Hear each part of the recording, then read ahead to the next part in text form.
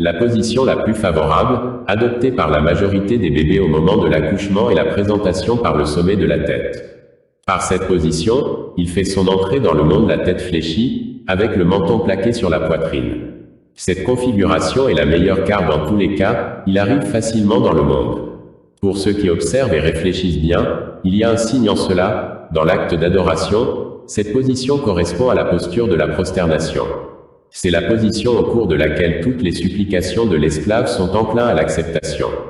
Tout se passe comme si le bébé, avant de sortir formulait cette injonction que l'on trouve mentionnée dans le Saint-Coran au chapitre 3, verset 103. Ô vous qui croyez, craignez Allah comme il doit être craint et ne laissez pas la mort vous surprendre que lorsque vous êtes en état de soumission.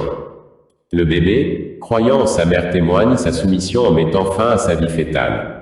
Il formule ainsi son intention d'entrer dans ce monde sans difficulté. C'est pourquoi en arrivant dans cette position il n'engendre guère de complications d'accouchement. Pour nous croyants, le plus haut degré de la soumission étant la prosternation, nous trouvons notre proximité à Dieu tel qu'il l'a signifié, et nous sommes plus près de lui que même sa veine jugulaire.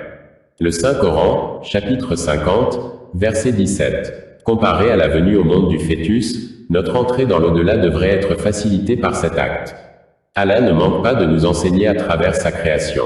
À nous donc de perdurer dans la quête de la connaissance. Qu'il nous accorde la sagesse nécessaire de voir clairement ces signes. Amin.